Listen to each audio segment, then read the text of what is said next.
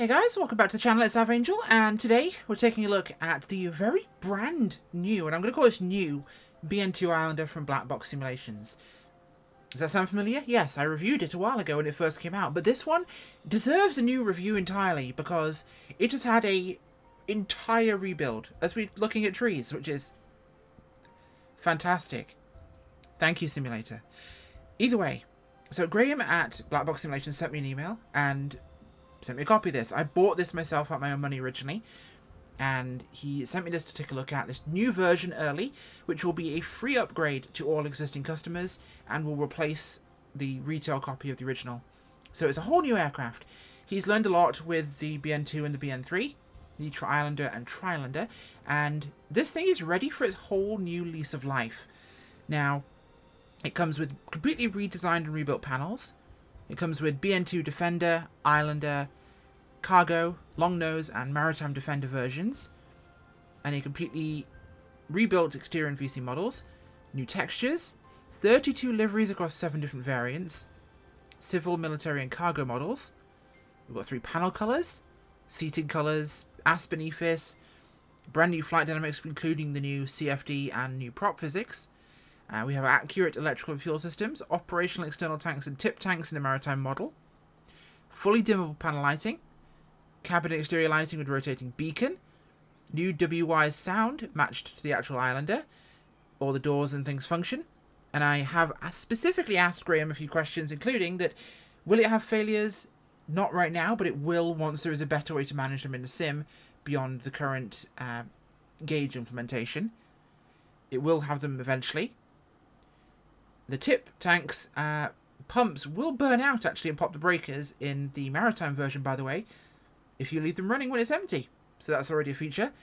It does not yet, but does plan to incorporate the GTN 750 models that are available currently, and hopefully we will see some interesting things from it. So let's, without further ado, take a look at this aircraft rather than this wonderful panning camera, which is really convenient to us YouTubers, but not particularly helpful to you guys. So obviously we've seen all those liveries and models a moment ago.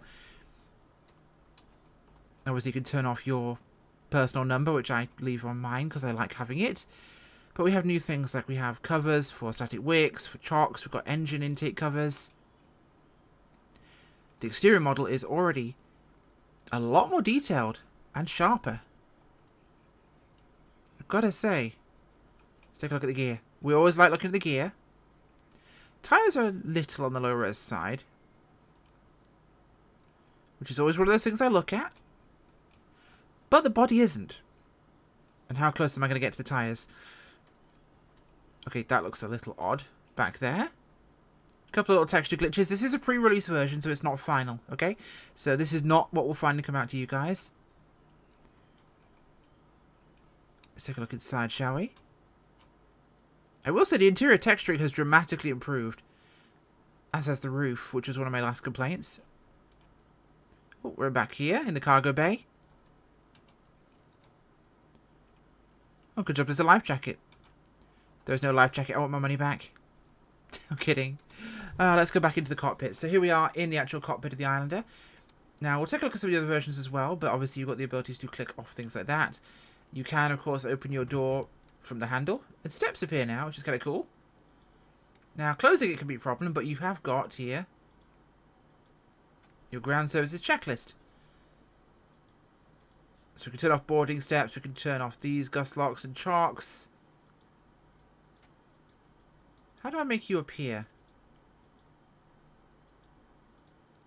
I was told to read the BN3 manual, which I can't find, because I lost the file someplace, so that is a thing, yeah. that's a me thing, though. So closing the door will probably involve me leaning my head out the door like this, grabbing the lock, and closing it. There you go. But that should pop up, and you'll be able to actually check things on it and actually fiddle with it, and it will give you all the options you want to. I just can't find it because I just have it somewhere. The release candidate will have a manual with it, of course, so that will be helpful. Not having the manual for this aircraft right now does limit me somewhat in what does what. Obviously, we've got all our usual gubbins.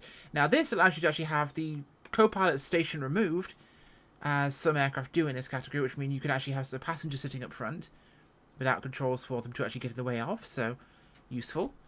Now, we know all the circuit breakers here function. And we have all our usual controls and functions, so let's get this thing fired up, and we'll take on a little spin. We're going to test this thing out around here, test out the new physics and the new prop behaviors, so...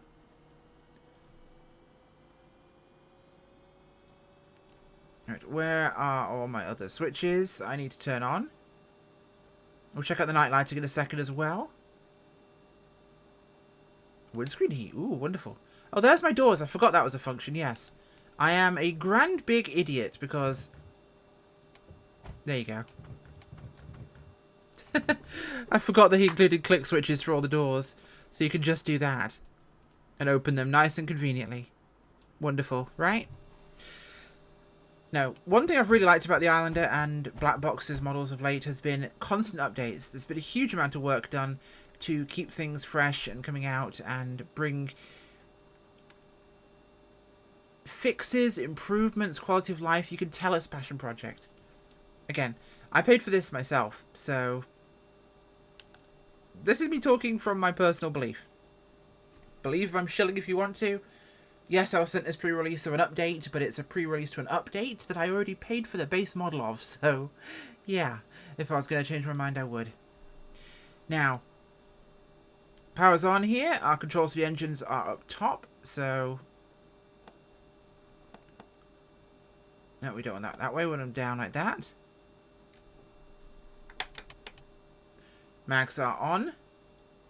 Fuel pumps are on. Clear prop. Oh, you know what? It helps if you actually have your mixtures moved up because Flight Sim loves to throw those things around like they don't exist. Let's check that. Okay.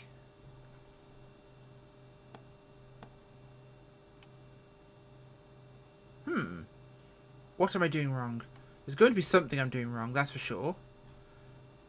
Because it should go by the systems, which I'm not obviously using, because I don't have the manual. That's a me fault, though, of course. Mags are on. That's my engine anti-ice is off. Parking brake is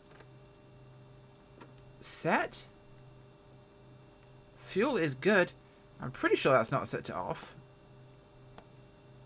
It should at least turn over.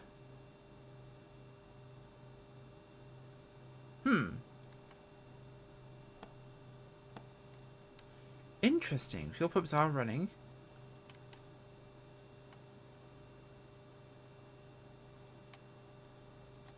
Something feels different to the old Islander in that regard. I'm not sure what it is exactly, but something does feel different.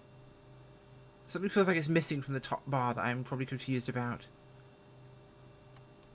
External power? Oh, didn't have enough battery power, I guess. There we go.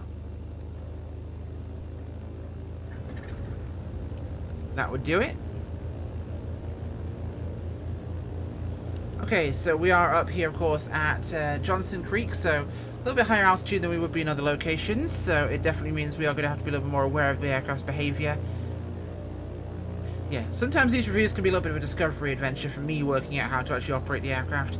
Again, Graham told me to refer to the BN3 manual. I couldn't find it in my files. I forget I fly this thing quite a lot. I should be fine, right?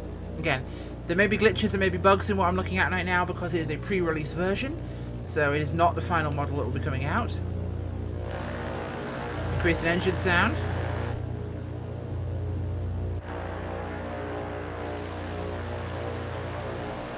Let's throttle her up and see what happens here.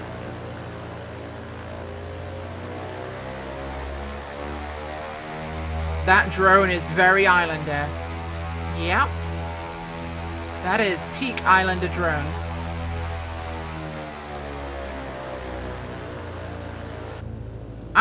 Yeah, okay. I am sold on the sounds. The sounds sound very like an Islander. They have that kind of whiny drone to them.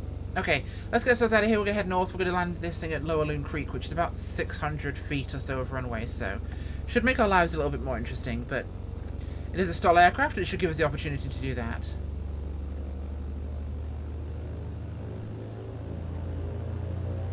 Let's get ourselves taxied out here on the grass at Johnson Creek. Got the ridgeline just over there, so it should be a case of turning around here.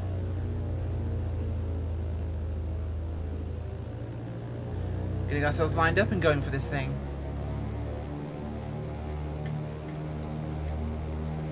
I will say the actual quality of the VC model and the exterior model is dramatically improved. There's a distinct lack of weathering on the cockpit, which is something people complained about last time. I quite liked it, but other people did not like that, so... Pop a stage of flaps, and that should give us enough grunt to kick it off the ground. It does. Very nice, very nice. Let's get that back a little bit. Pull our RPM into operational range. Okay, she behaves very nicely. The aircraft physics do feel a lot smoother. It feels chunkier, I think is the correct word to use here. It feels more like a sledgehammer than a precision scalpel, which for the size of aircraft it is accurate. It's a chubby little plane, but there is something really nice about them, and I will say the view feels a lot better in this cockpit. The rebuild has definitely, I think, improved that aspect at least. It feels more spacious inside rather than feeling a little bit too narrow. It feels a little bit wider, which more accurately I think represents the human kind of eye perspective in all this. Let's get those flaps up there. So we're in a valley, which is not exactly the best time to do it, but we're going to just do a little bit of testing here. Let's see how much she can take. We've got full flaps, and we are going to stall it. This is very dumb.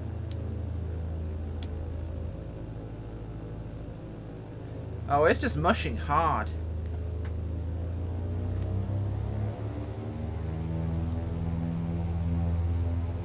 Okay, come on, pull out of this, please. We don't want to crash on video. That'd be awkward. Okay, we are good there. So it mushes very hard, which I'd expect from an aircraft like this. It's got a very large wing. Okay. Engines actually look a lot better on this version from the cockpit.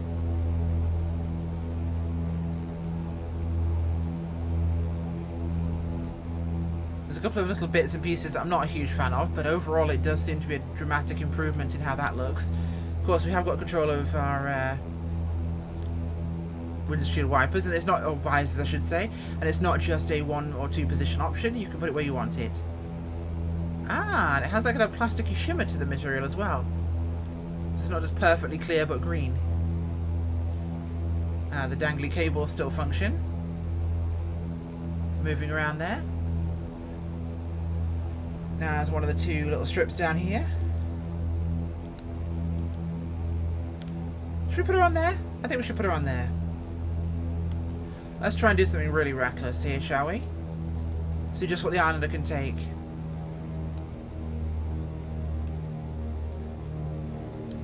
This is really tight quarters. This is probably not going to work, but I'm going to try it anyway.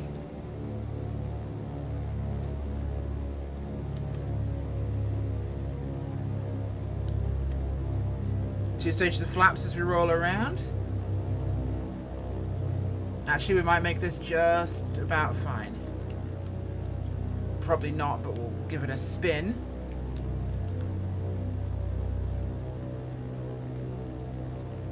Oh, we are so high up here. We might make it with the thinner air. Oh, I think we are going to make it nicely. Oh, very nice.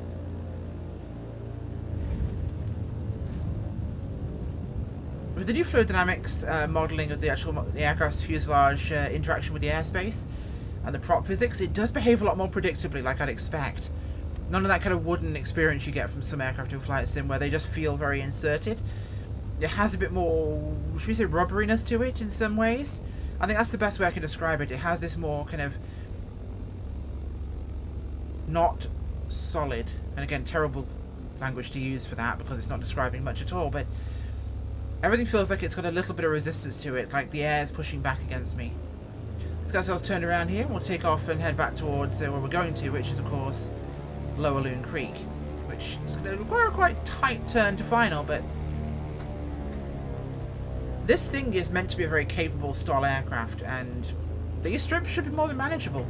Let's not forget this is nearly 5,000 feet, so we're doing pretty darn good, I think.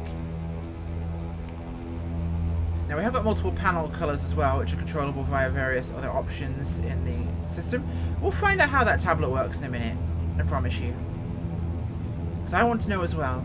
Consider this me beta testing, and you getting to watch, I think is the best way to describe it. Oh, there we go. Get the nose down here. Flaps coming up. Props coming, engines coming back.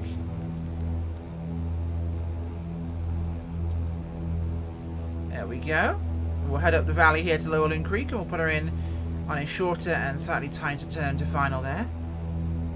That one back there has actually a lot of options if you fly it the correct way. This one does not. But it's a good strip to land at either way. This is normally something I'd do in a Kit Fox or a Cub or the Husky, my personal favourite, but hey, what the hell, we'll do it in an Islander because it's actually kind of fun. But no, I do quite like the cleaner panel, and everything really does feel very well put together in this version. You can tell there's been a lot of love and attention given to it, and I really like it. Like, I'm impressed. It's an aircraft that we don't really see too often, and it gives us something much more interesting. And to see a developer come back in here, and I've seen, you know, updates and additions to an aircraft over its life cycle, if you will. But I've never really seen a huge entire rebuild of an aircraft with a sim by a developer. Not in this sim. And not for free, which is pretty huge as well. This is free. Like, free. That's cool. I'm really impressed with that. That's a lot of changes. Everything just proportion-wise feels a lot nicer in this. Like, I loved the Islander before. I really enjoyed it. And I think I like it even more now. Oh, we'll take a look at the lighting when we actually get down on the ground, but I don't think that clicks at all.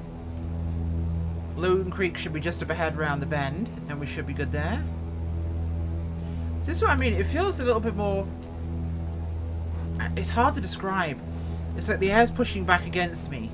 You know, like it feels more progressive. Yeah, that's the word, progressive. The behaviour, the handling of the aircraft in the air feels more progressive than the original one. And like, you can go so far then it feels like it slows down or speeds up in certain directions based on airflow. So I genuinely feel like it has a much more interesting reaction, I think is the word to use. So Loon Creek should be down here for us. That's it right ahead. So we have to go up the valley ahead of us, turn around and come back in. And it's a short turn to a left base. Yep, that bit of green down there, that's what we're landing on. It's quite confined. But hey, we like a challenge, right? Idaho's definitely become my stomping ground for playtesting, shall we say, and having good fun with these aircraft. It makes things really interesting. So yeah, that's our runway start down there, the threshold. We'll come in along the river, we'll turn about there, and we should be good. So, give it a bit of power. We'll bring her around here, turn it around, and put her in, which is going to give us a little bit less playroom, I think. It seemed we were quite high up and had to descend steeply into the strip back on the way, the Forestry Service strip, but this one is a bit tighter on final. Okay, so we should be good here. We've got a fork we can use to turn. Okay, let's set ourselves up for an approach.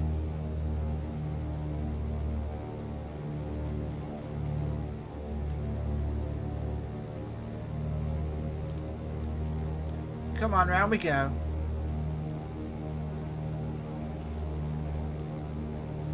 More power, please. Circle's a bit too wide. Again, about 5,000 feet is making things a little bit more tricky. This isn't a Piper Cub. But who's counting? Okay, there we are. Okay, let's get the power down here. We've got our speeds good. So 2 stages of flaps. Lock that in. Let the aircraft settle down with its speed. Coming through 80 knots.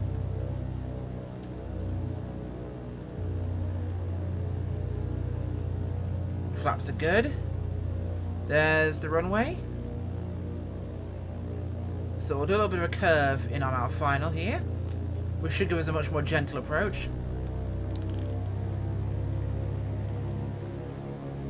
Yeah, that's not a lot of runway, but it should be more than enough for this aircraft. It's a rugged little beast. And once we're down, we'll head back to rather familiar grounds at Orcas Island and take a quick look at the other versions before we go. Oh, it's getting a bit stiff. There we go. Phrasing. Kind of hanging this thing on the props the hard way. So I want to kill as much energy as I've got here. And not... This is a bit of a carrier landing here with the ground rising up in front and behind it. Gonna have to kind of force this one down. Yeah, that's a bit of a thump. Okay, flaps up, flaps up, flaps up, flaps up, flaps up. Had to kind of force her in there, which is not what I'd like to do, but there you go. Just kind of rolling there on the brakes as we knew we were pretty good, so...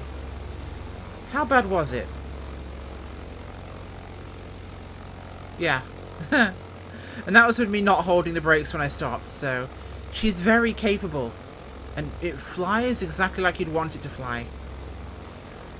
Let's go take a look at some of the other versions. So here we are in the Defender, which is the version used by the British Army, by the way. And also Malta, which is the livery on this one.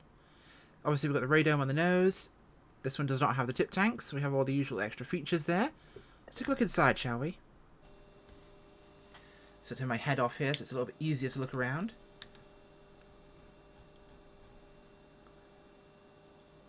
Of course, we've got our options on there. Let's take a look at the back. Oh, we've got computer. Oh, okay. Okay. So if I go through my views here. If I could reach with one hand. I can't.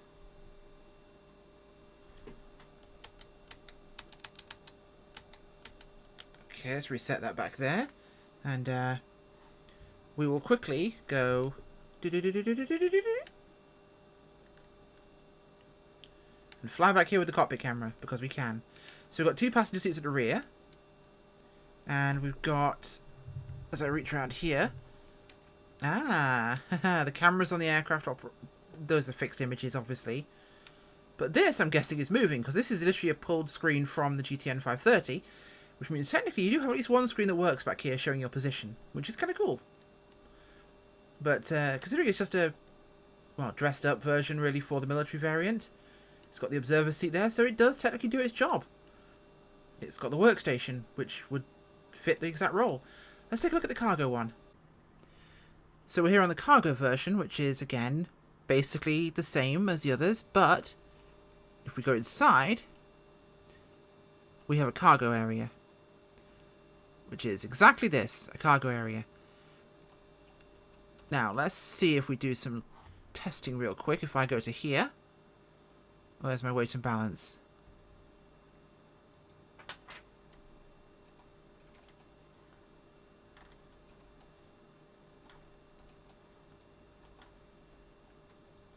Nothing's appearing in the back, so...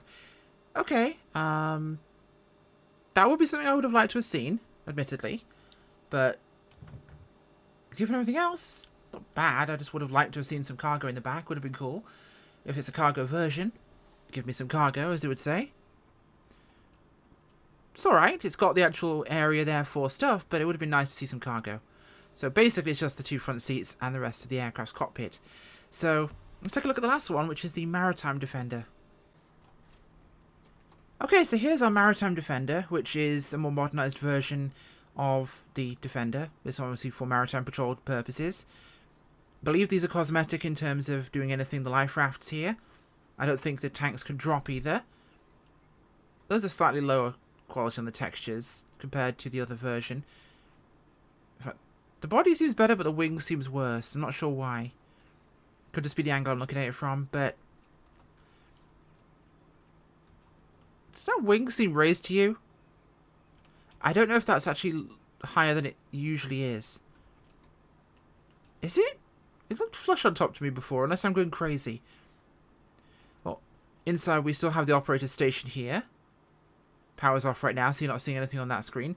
Obviously those two are textures right there, so that is what that is. But, yeah, the spar seems to have been raised. I feel like it has been raised. I can't tell. Ooh, exhaust pipes. Cool. Huh. So one last thing I wanted to quickly show you guys before we actually call this a wrap is the ASPEN avionics, which of course is a sticker on the dash there, which lets you see that. So you can click on there, and boom.